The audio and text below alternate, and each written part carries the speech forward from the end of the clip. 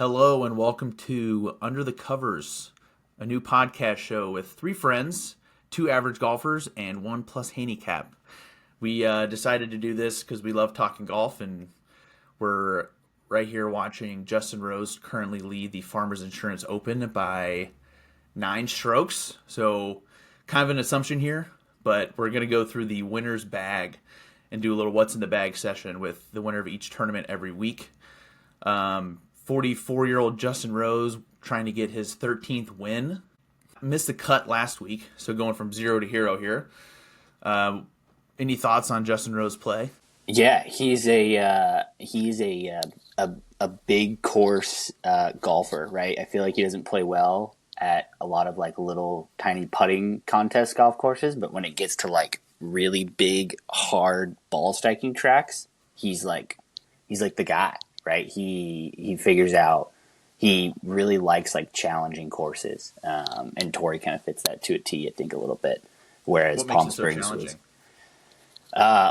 it's like 7,800 yards from the tips, right? So you're actually getting them to hit 7 irons and 6 irons into greens versus just flip wedge all day. I think also it's San Diego, so it's going to be windy. Air is going to be pretty thick right by the sea, so ball's not going to go as far. And the courses, usually just have super high rough, tiny little greens, kind of everything that makes golf courses difficult these days. Yeah, I think the rough is pretty famously very thick. The one time I played there, they had mowed it, and they said it was one of 2 or 3 times they mow it all year long. So that was pretty interesting. Made it quite a lot easier when I played. Matt, you've played it before, right? I have. Super hard, really fun. Kind of going on it's cool that it's a public track, probably one of the best deals in the United States. You could probably count a couple on your hand. I'd put like Harding Park, Torrey Pines, right? Like those where you can, residents can play it for $75 essentially, right? Basically playing a US Open golf course, which is sick. Yeah. A lot of times they won't even let you back to the back tees, which is very fun there. But yeah, it's a cool spot. People's Muni. I think there was a story, maybe it was a couple years ago. They allow all San Diego residents to play out there, but for a while they just allowed La Jolla residents to get the discount. Oh, and I think interesting. All of San Diego came with pitchforks. So they got rid of that. I think they're back to normal now. Didn't last too long. Yeah, that one didn't go over well with the general public. Does it stay like that year round? That like condition? No, when I played it, it was pretty burnt out. But I was in the middle of summer, so a little bit different time. Mm-hmm. Yeah, I played it in May, and it was like very lush. It was a little misty that day. The greens were absolutely lightning fast. It was like putting on a glass table. I think I 3-putted probably 9 or 10 times that day. So Matt, I was saying you're a positive handicap, very good golfer, competitive golfer as well through college. Something I noticed with Justin Rose was yesterday he has a 10-stroke lead and he's still taking 3-wood from the rough into a par 5 when there's surrounded by bunkers. And in this specific instance, he yanked it and was in the bunker, which, everyone's great from the bunker. I think he stuck it to 3 feet after that. But what goes through a competitor's mind when you have that big of a lead, or are you not even thinking about the lead? Yeah, most of these guys on tour, and Justin Rose specifically, because he's super data oriented and stuff, he like has a game plan for every hole. So like he knows when he's going to play exactly what shot he's going to hit off the tee on every hole. And usually with these guys, they don't really deviate from that plan unless they like absolutely have to, right? So they know that strokes gained wise, it's better for them to just go for it out of the rough, right? And try to get up close to a par 5, especially if there's no hazards, which at Torrey there's usually not. Right, it's usually just bunkers, and they're pretty much just as good out of bunkers, or even better than they are out of the rough, right? So unless they have to like make birdie at the end and they're chasing or something, they usually won't deviate from a plan. So his plan was probably, I'm going to go for this par 5 and 2 regardless, unless I absolutely can't get a club on the ball or something like that. So Yeah, kind of helps your confidence too. I feel like just sticking with a plan and not really double thinking. for sure, Yeah. yeah, he's definitely like super data driven. So he probably has every course mapped out exactly how he wants to play it. Yeah. Kevin's got some experience in competitive golf the last couple years with his winter sim league. He's gotten pretty far in the tournaments. You have any high pressure shots like that? Yeah, it's exactly like playing on the PGA Tour, playing cartoon golf on the TrackMan. But the March Madness style tournament that I just lost in the first round this year, that was a bummer. But last year made it to the Elite Eight. I think like four people from the Elite Eight last year all lost in the first round this year. Oh my So that was a goodness. bummer. But I looked at the Apple Watch heart rate each of the last 3 years, and I'm like riding like around 125 to 130 beats per minute the entire time. So it's a silly golf match that gets streamed on YouTube for 20 to 50 people at a time, and the pressure is high. I can't imagine how I'd be able to handle myself on an actually important tournament. It is very fun to watch. Whenever it happens, Matt, we'll have to tune in and just watch because they have like they call it the green zone, I believe, where they have four people showing at once or three bays at once, and they kind of go back and forth with commentators. It's fun. Yeah, they streamed quite a lot yesterday, and it's getting into the round of 32 here. It was expanded to 128 this year from 64 last year, so Unreal. even worse losing in the first round. So, what we want to do is go through what's in the bag for Justin Rose.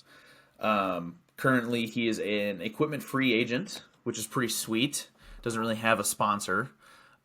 Is that pretty common, or like is there's not too many people without an equipment sponsor there? I think that's pretty uncommon. I think only the guys who are financially secure enough are really willing to do that. That's fair. Um, you know, these guys are able to go through, all sorts of putters and wedges and drivers, and test anything out. And, the lower guys on tour can't really just wing that willy nilly. So they usually lean on the sponsorship and the tour van to be able to get what they need. Yeah, and most guys like they'll sign contracts for like a 13 club deal, right? So they get one club that they can play outside of the manufacturer. So they might have Oh, Callaway or Titleist on their bag, but if they have a specific putter that's from TaylorMade or whatever that they want to continue to use, they'll just have a 13 club deal. It's super rare to have somebody like Justin Rose who just doesn't have any equipment sponsor anywhere, essentially. makes sense Yeah. what And Kevin said. Where the more experienced guy, he's been around the block. He's had all the sponsors he needed. Now he's just like, I'm trying to win tournaments. I'm just going to use what I like. Yeah, and like Brooks Koepka has gone periods of time with no sponsor, and he is pretty famously like not a tinkerer in his words, where Justin Rose is like clearly a tinkerer and he changes equipment a lot. He's used mini drivers, he's used Titleist TaylorMade and Callaway drivers. His putters have switched and been kind of famous switches throughout the years.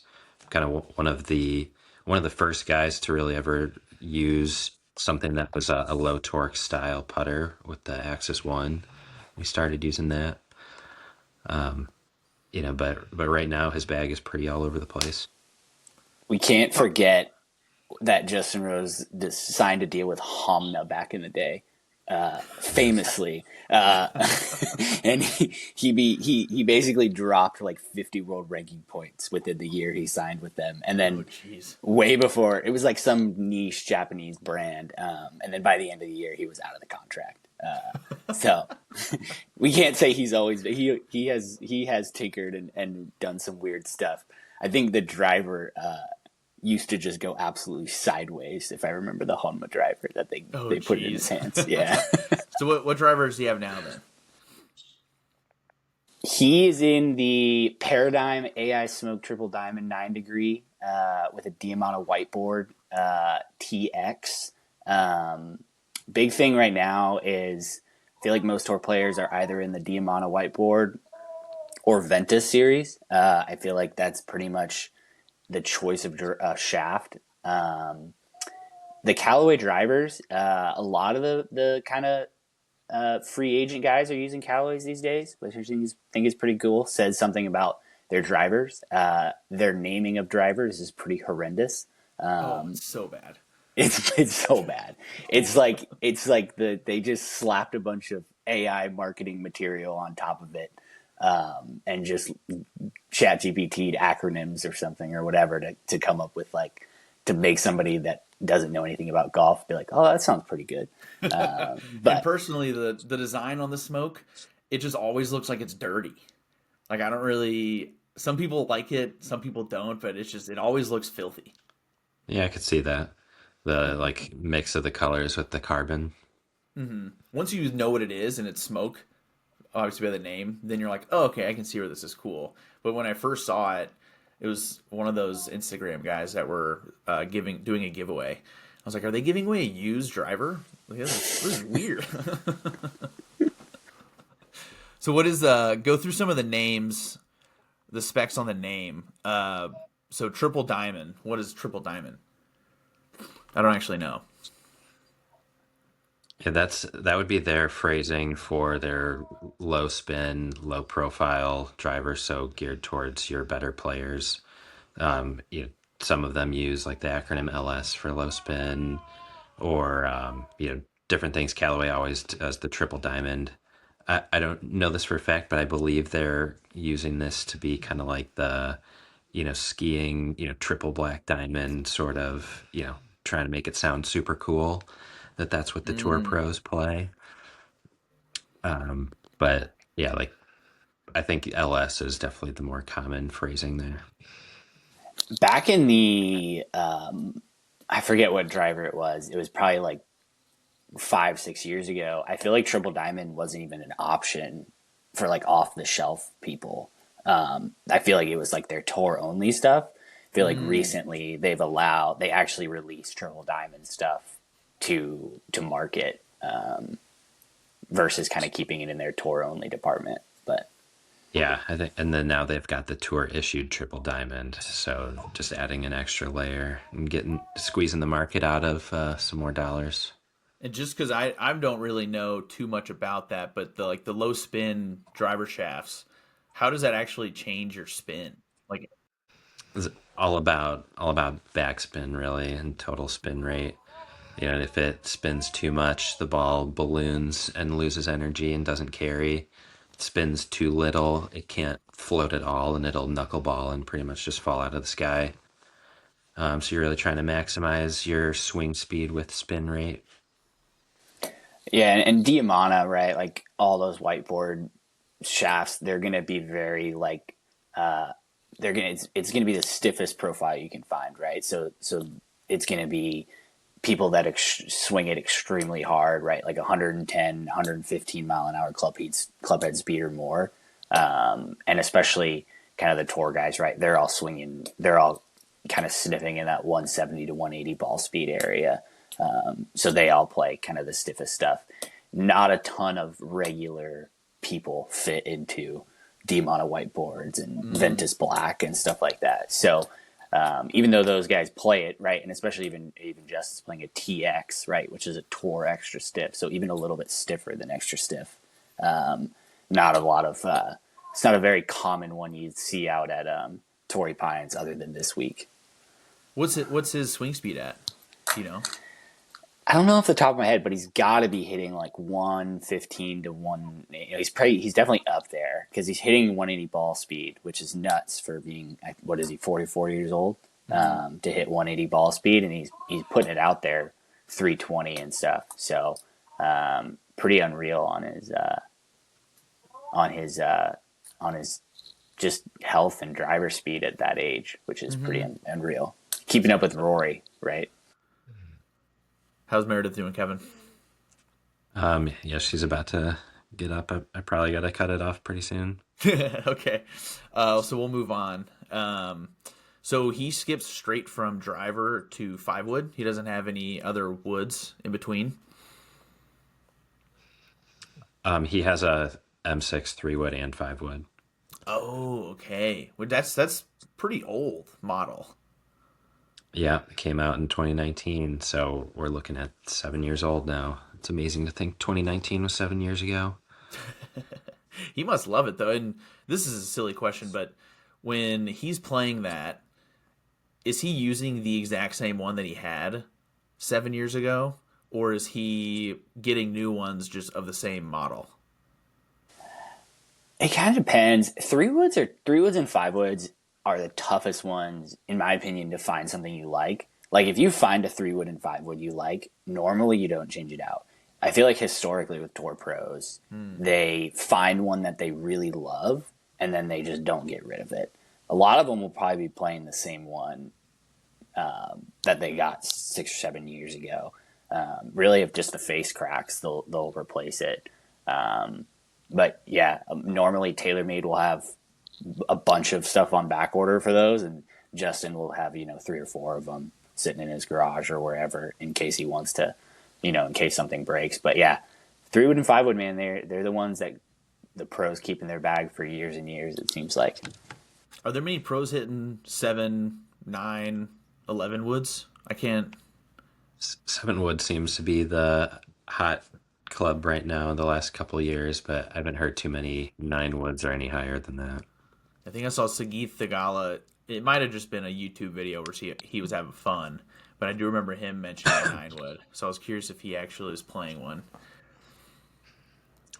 Yeah, I think the thing about a 9 wood would be spin it way too much. Like the 7 wood, you get higher launch and more spin than a high iron, so you can stop the ball on a longer shot.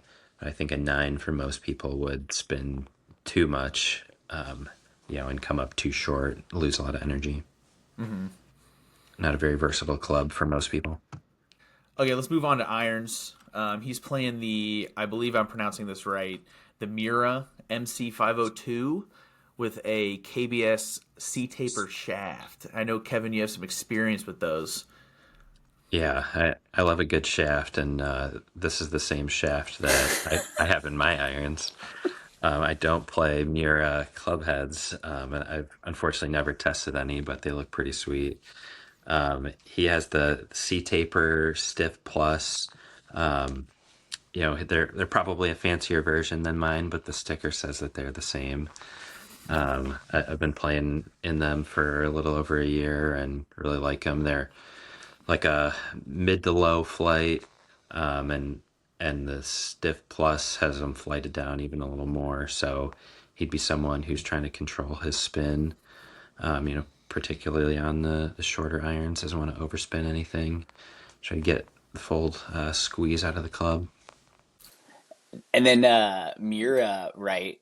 Famously, the rumor there is that Mira built all of Tiger's irons back in the day, and then they just shipped them to whatever company he was playing, and they stamped Titleist or they stamped Nike on them. Really? Yeah, because like basically Tiger was like, "I'm going to play these irons. You can put whatever marketing you want on them," but Yeah. basically that's always been the rumor. Yeah, I Mill know he out did there. that with the Bridgestone balls, and they just stamped Nike on them. I don't know. He did that Yeah, with his irons too. yeah, yeah. That's the Tiger effect. That's ridiculous. Yeah, that's amazing how like a lot of this equipment that like you think you're buying with the pros play, it's like not even remotely close. Oh yeah. And Mira, right? I mean, the Mira does exist out in the public. Like you can go get them. They're just $2,500 for a set of irons, right? They're not. They're never going to be the cheapest option. So Not usually really gettable parameters. yeah, yeah. They make some cavity backs and stuff here and there, but other than that, it's pretty. If you're buying Mira irons, you usually just have fuck you money or something. Something Yeah. you want to burn up $2,500. Wearing the shoes Justin Rose wears. What are they called again? Painter, Painter. something like that. Yeah. With the equipment again, with pros playing something different. Rory was caught on a hot mic last year during TGL talking about his ball and switching, and there was a rumor on if he was suggesting that he got a version that was off the shelf, and everyone was stunned that he was playing what the average schmucks play. because even the ball, again, the marketing, the TaylorMade TP5 or 5X, we don't know what's actually under the cover. So Justin Rose is playing Vokey wedges like a lot of pros do these days. He has the 52, 56, 60, which is what I currently have as well. Definitely different uses though. He has the F grind 52, M for the 56, and the K for the 60. Is there anything that kind of stands out with those grinds, Matt or Kevin? Yeah, I feel like a lot of people that play M grind makes me think that he uses 56 a lot around the greens, more than probably most tour pros. A lot of tour pros just go right to 60 or their lob wedge these days. With M grind, it makes me think he plays kind of a lot more. Vokies, I feel like Vokies are just the most popular wedge out there on tour. I mean, even Scotty plays Vokey wedges, and he's like TaylorMade's number one guy, right? So Vokies are kind of feels like the North Star, and everybody's trying to chase him a little bit. And do you actually know the lettering system for the grinds? With What that, do I you? feel like with tour pros, it's so hard because you never know what somebody could be custom grinding in the tour van. So yeah, it could say K star or K, grind on there, but they could have Aaron Dill or even Vogue himself, right, grinding it to make it exactly how those guys want it. So I guess take the grinds with a bit of a grain of salt would be when you see that stuff in what's in the bag articles. Grind FMK, Mary Kill. We're cutting that or bleeping it. Don't worry. Yeah.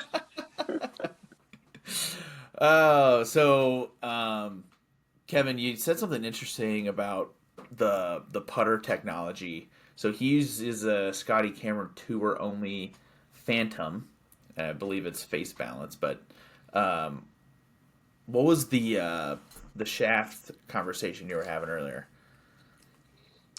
Shaft conversation about his putter. Yeah, you were kind of just. I guess a better question is, um, like, what goes into the technology of choosing a putter shaft? Because you've been doing a lot of putter fittings lately. Yeah.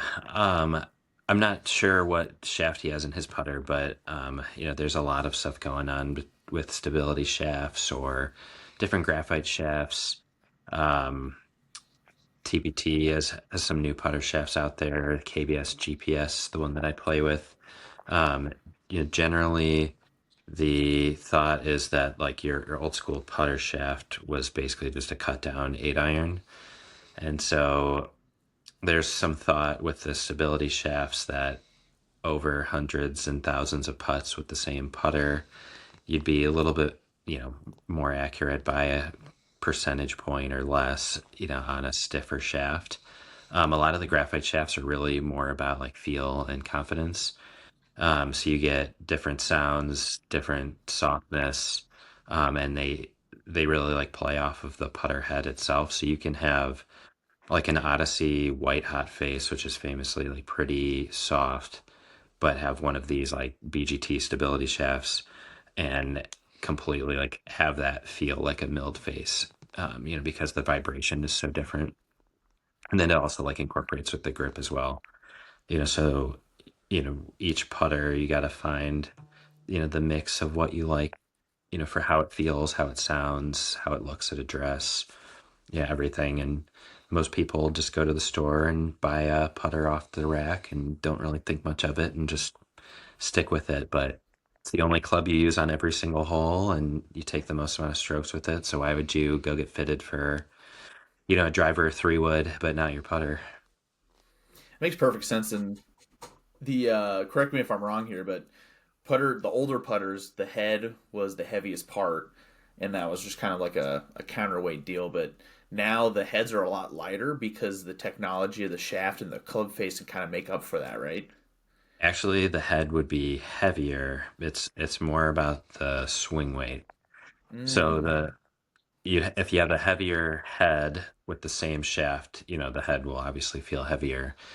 If you lengthen the shaft and you grip down, the head will feel lighter. So you can have the the same exact putter can feel completely different depending on how long the shaft is and where you position weight. So again, your average guy who buys a putter off the rack, they go and find the super stroke that they like and they get the real fat one.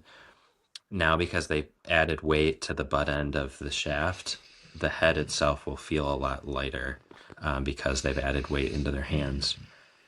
So with counterbalance Gotcha. putters and if you think of like the Odyssey, like Tank series and stuff like that, the head is actually heavier to give yourself more of like that feeling you're used to, even though you're adding weight into the hands as well. Oh, that's cool. Would you ever, if someone's struggling putting, would you fit them with a putter shaft or would you change their putter form? Um, but I'd say the shaft is like minimal correctiveness. The the loft lie toe hang are definitely far more important than the shaft. It's. I feel like it's like if you have like a really good golfer that's like hitting a slight pull, right? You might put somebody into something like that just to maybe get it starting a little bit more online or something. Have you ever had to do one of those? I put the GPS in my putter, and that's like primarily all for feel. It has like just less vibration compared to the shaft that I was playing with before, so it just feels so pure. Like you make a stroke and the ball is not even there when you hit it correctly, but enough feedback that you know when you missed it. Oh, that's nice. I know that I heard Tiger talking kind of recently where he likes having less technology in his putter. Like, is he still using his original putter from 15 plus years ago? Is he the way he puts? He kind of the way he described it in true Tiger fashion. It's very confusing. It's he just swings and lets the ball kind of stop the momentum of the putter. Did you see this video? hmm I still am barely understanding it, but the way people think and act about putting is always very fascinating. Yeah, I think he's totally just describing like a feeling, what you're talking about, where he says that like in his swing, he's not stopping the putter at the end. It's like you said, it's the transfer of momentum from the putter to the ball. Hmm. I don't think physics wise that makes a lot of sense, but that's how Tiger thinks about it, and he's the greatest golfer on earth. And so however he feels and however he describes it is correct. Can you just talk like a normal person for once? What is this whole thing? When I'm flushing it, I'll take the. Yeah. Yeah, yeah. Tiger's like commonly describes everything in terms of like his hands and his hands being the most important part of all of his shots. Oh yeah. All right. So that's basically everything about his bag, unless we missed Oh, we something. didn't we didn't talk about the actual putter itself. Oh yeah, yeah. It's got a Phantom Circle T5. It's face balance. It's pretty interesting. The one that he switched to because he's played so many different types of putters. And in the current wave of low torque and zero torque designs, he was kind of the first guy with the Axis One to really even like experiment with that, and then has like gone back to face balance, which is definitely not what I would have expected from him. I would have thought he'd be at the forefront of something like new and weird and different, just because of what he's played in the past. He was kind of one of the first guys also to experiment with like counterbalance when he was playing his TaylorMade putter. I can't remember the model, but it was like a mid blade design when he won the U.S. Open. I think in 2012 or 2013 when he won. But going from then, to low torque or like toe up design, and then trying everything in between. I was very surprised when I saw him playing this one. What's Yeah, face he also balance? Sorry, I interrupted you, Matt. no go for it. No, I'm no, just sorry. curious what face balance actually does and Oh, like how you yeah, it's face adjust that. balance. How you adjust it? Yeah, like what is that? What's that technology? If you were to hold the putter, flat, basically the face would be parallel to the ground. So it's in theory set up for someone with a straight back, straight through sort of putting stroke. The thought on the zero torque putters is that they're built for anyone's putting stroke, whether it's an arc or straight back, straight through, or whatever, that it should stay square throughout that. But you get different amounts of toe hang, have different contributions to how you start the ball. So someone who pulls might benefit more from face balance. Someone who's pushing it might benefit from more toe hang. Phil Mickelson's probably on the furthest end the other way of some of his more flow neck kind of hockey stick looking putters that he's used in the past. Like Odyssey number 9 is a pretty heavy flow toe hang, and he's used that in the past. And Scotty also calls it toe flow. You've ever heard that word? He's a big. He calls it so like right the toes flipping over when he uses it versus a face balance putter is like very square, right? So that's another word for it. I like tofu. But That sounds good. I think recently, I don't know if it's recent, maybe a year or so now, Justin's working with Phil Kenyon. Phil Kenyon's like the hot guy on tour with putting. Basically, like everybody works with Phil Kenyon on tour right now. So like Scotty works with Phil Kenyon. Rory has messed around with him a little bit, whatever. But I think he's not the biggest zero torque guy in the world, from what I know. But he seems to have been putting super well over the last couple of years, and probably has a lot to do with Phil Kenyon as well. So Is he who fixed Scotty like 3-4 years ago? yeah. Gotcha. Yeah, that'd be pretty. I Nice. mean, I thought the TaylorMade Spider fixed Scotty. That is true. That is true. God, that putter's so sick. I love mine. Thanks to Matt. You're welcome.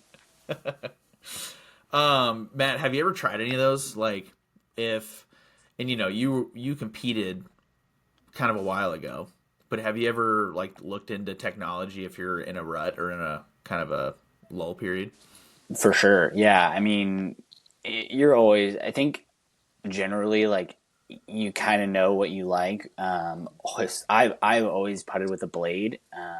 Recently I went to a face balanced, Scotty Cameron. So, new year, new me.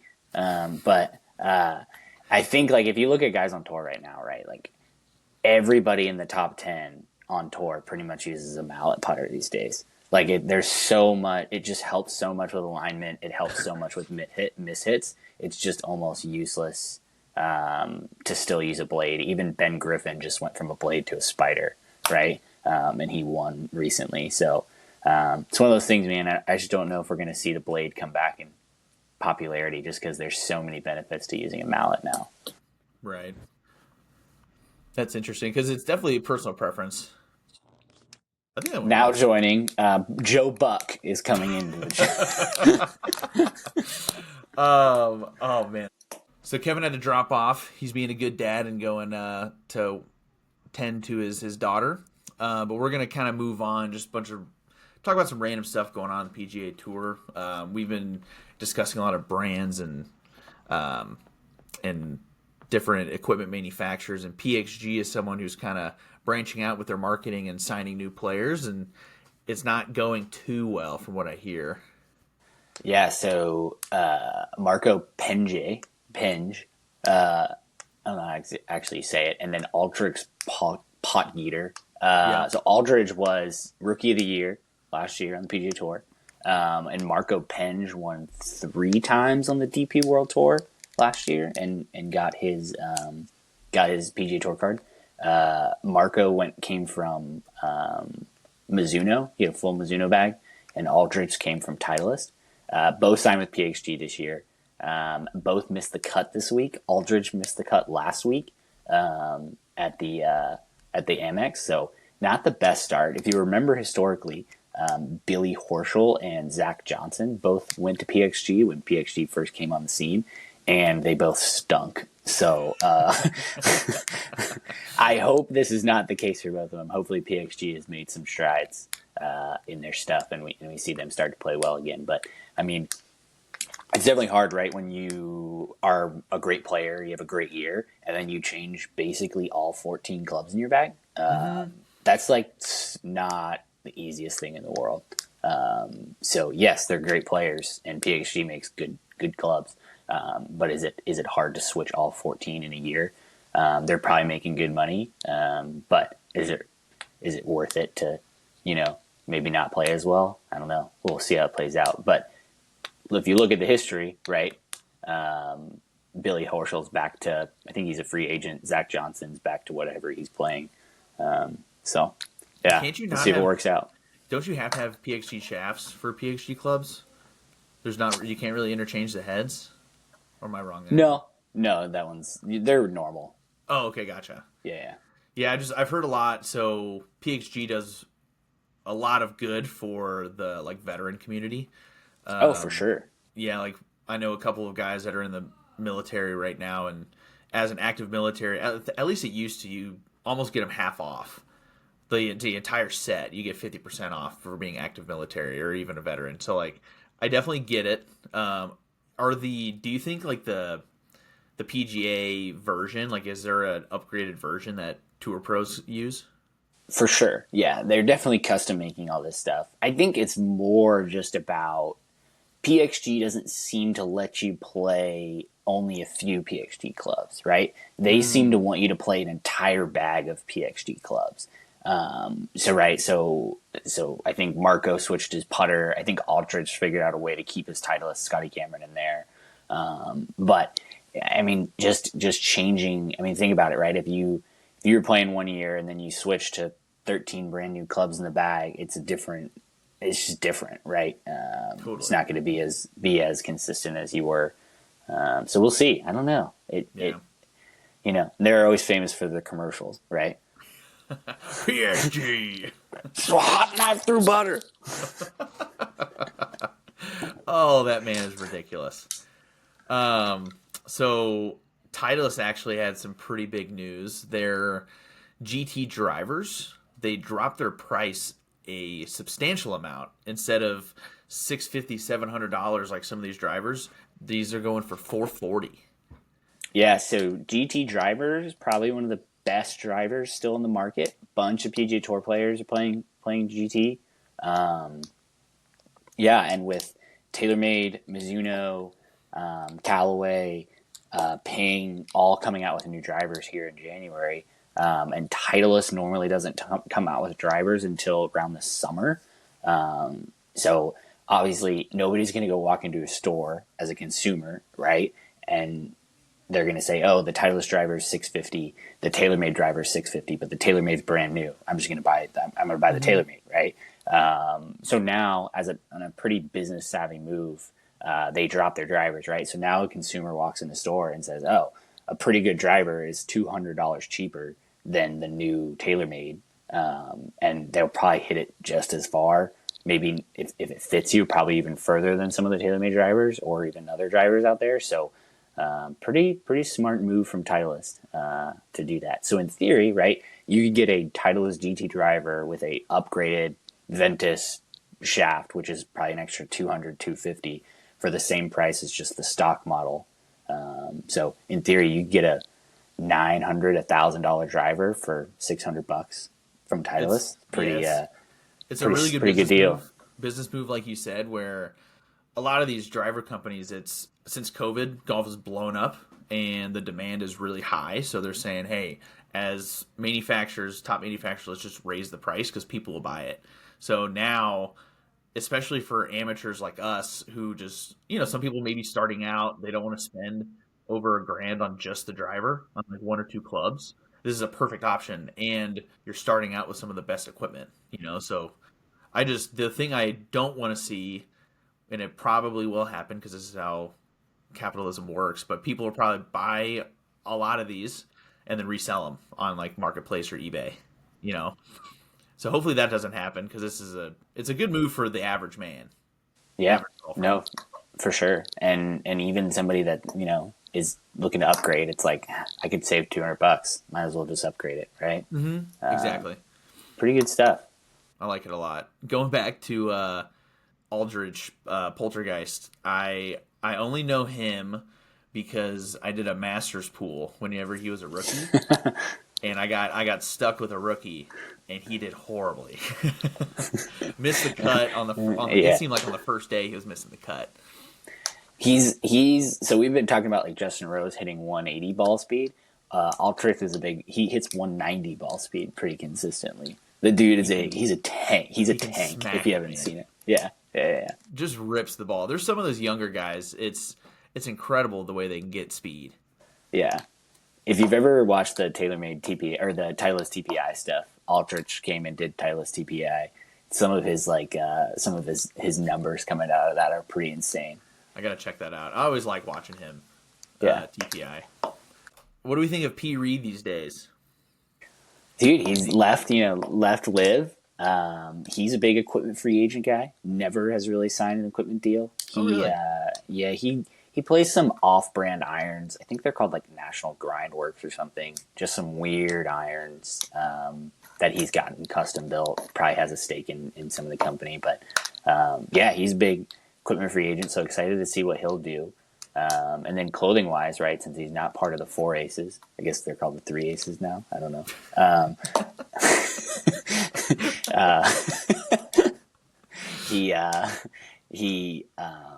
He'll have to sign he'll probably sign some sort of clothing deal. He used to be a Nike for a while, but it'll be interesting to see what he comes up with. Who wants to attach their name to P. Reed is the question. Yeah, exactly. That's going to be the question. You brought up a fun point where with these PXG guys, they've kind of been having a rough go whenever they switch. But Max Homa, I feel like, he didn't do too well this tournament. I think he missed the cut.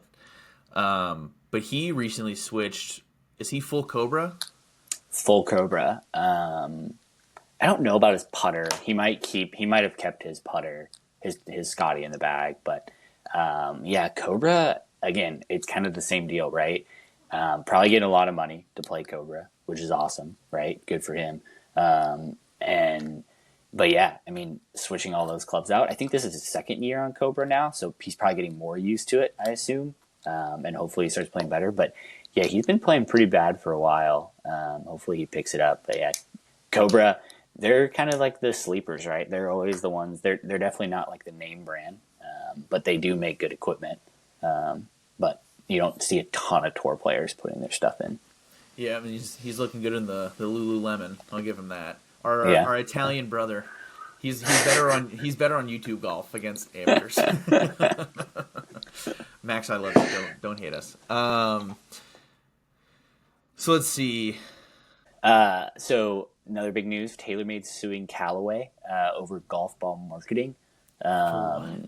Specifically, like something where Callaway was using some blue light to look at the outer layer of TaylorMade golf balls, saying they were inconsistent. Similar to like how a mud ball would react, I guess, if the outer layer is inconsistent.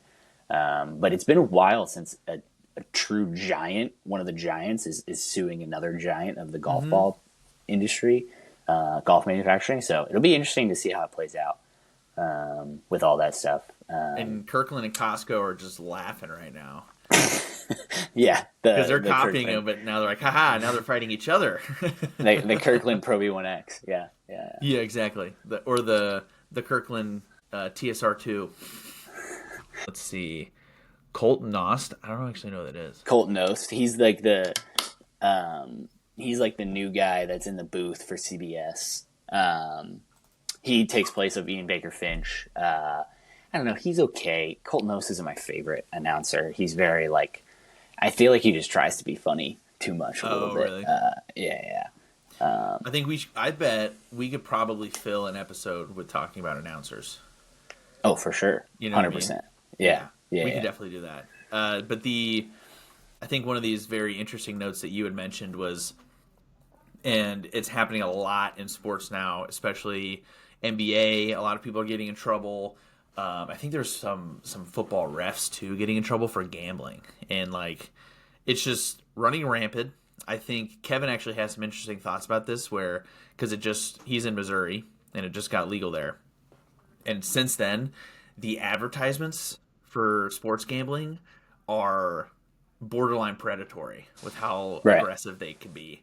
But yeah, there's so many prop bets that can be kind of manipulated, and a lot of those are like for baseball, for example.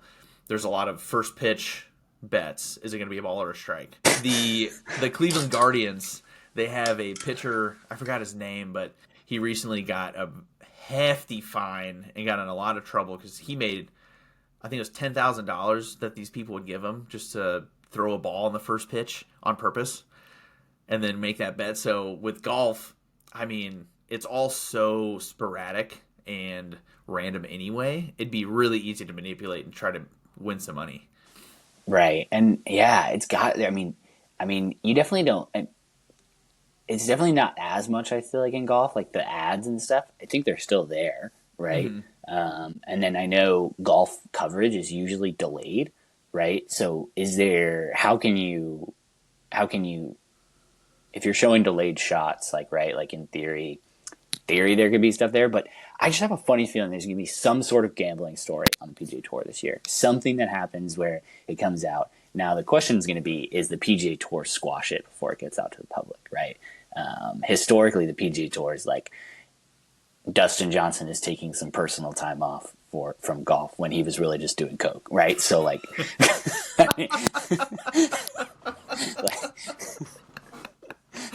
Yeah, I can see that. They're pretty good at that. yeah. So the question's going to be, will we know, right? Will we know about it? And I think that's going to be the big question. But hopefully, yeah. I mean, hopefully there's not a gambling story, but if there is, hopefully we do know about it.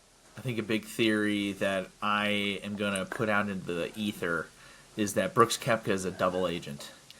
He's officially infiltrated the PGA, and he's going to take them down from the inside for Liv to be the lone golf company. Well, today, I mean, this week they were talking about him like, and with all due respect, I mean, like he was a prisoner of war that came back from behind enemy lines, right? Isn't that He was weird?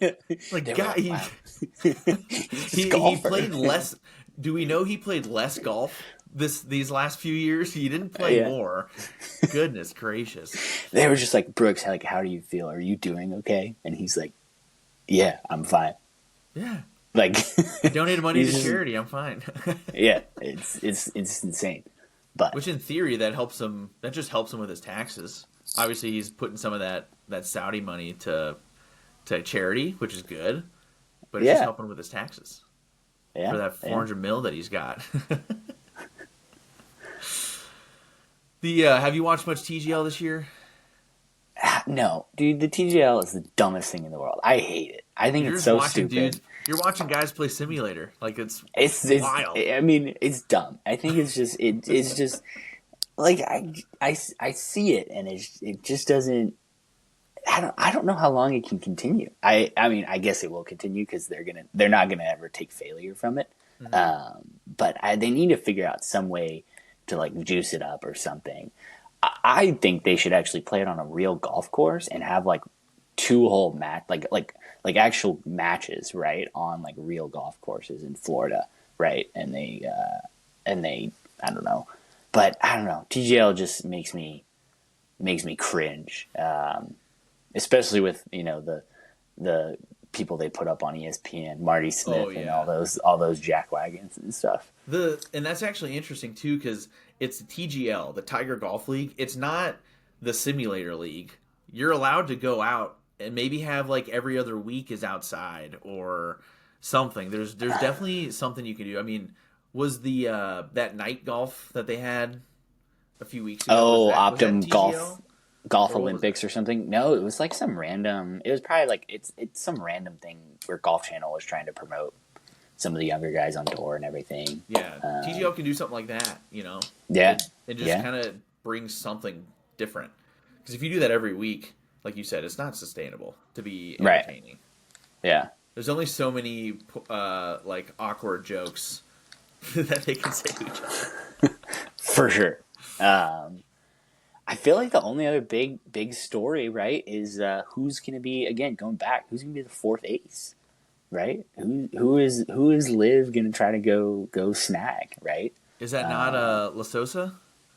No, he's on the Maybe. high fly. He's on the high flyers. How did you get that wrong? I mean, come on. Oh, that's right. That's on me. That's on me. No, yeah, I mean, somebody on Twitter was just like, I mean, they have to be just throwing the bag at Blades Brown right now, right? Oh, And for just being, sure. right, and you're 18 years old, and somebody's sitting there offering you, I don't know, $50 million. It's like, Mhm. it's not a bad idea, but yeah, that would suck if Blades went. But yeah, they're gonna have to fill out that team now that P is gone. So Because who is anyone filling in Brooks's spot yet? yeah, they traded, and I can't believe we're talking about live trades, but they Taylor Gooch is the captain now, Oh, okay. and then I think they moved Harold Varner the Oh third gosh. to Smash. Gotcha. Is he still a Jordan athlete? Yeah. Which, speaking of, we didn't even talk about Finau. Oh, dude, yeah, his The coolest clothes. outfit on tour now. He was wearing that button down when he made that hole in one. Yeah, so his wife is pretty good with TikTok, and she did a what's in the bag, like clothing bags. It's a knit Okay. polo, button down, and it's Yeah. the knit part has 23 all down it. Ooh. It's I pretty mean, sick. they're gonna sell a bunch of it. That's for sure, right? I You're think not a it's fan? no, I'm a big fan. I think we're moving away from the era of skinny pants in golf, which I like. Everybody Yeah. seems to be getting a little, back where the earth is healing a little bit there. I've been Nature's debating. recovering. I kind of want to get into the baggy pleated pant, going the old school like Jordan clothes route. Some Malbon, we can get you in some Malbon. Yeah, I'm thinking about it. I think it could work. And then I've got the visor. I've got the Tommy hair, Tommy Yeah, Fleet. Tommy Fleetwood left Nike. He's We he's got on kind of visor his hair own now. now. Yeah, yeah. All right. Well, I think that was a good first episode. I like First it. That first was, discussion. Yeah, like we said, Kevin had to drop off, but we're gonna try to do these weekly, every other week. Maybe get some more content for two what's in the bags at once. Who knows? We'll figure it out. But until next time, this is Under the Covers. We are on TikTok and Instagram at Zamp Golf. Follow us.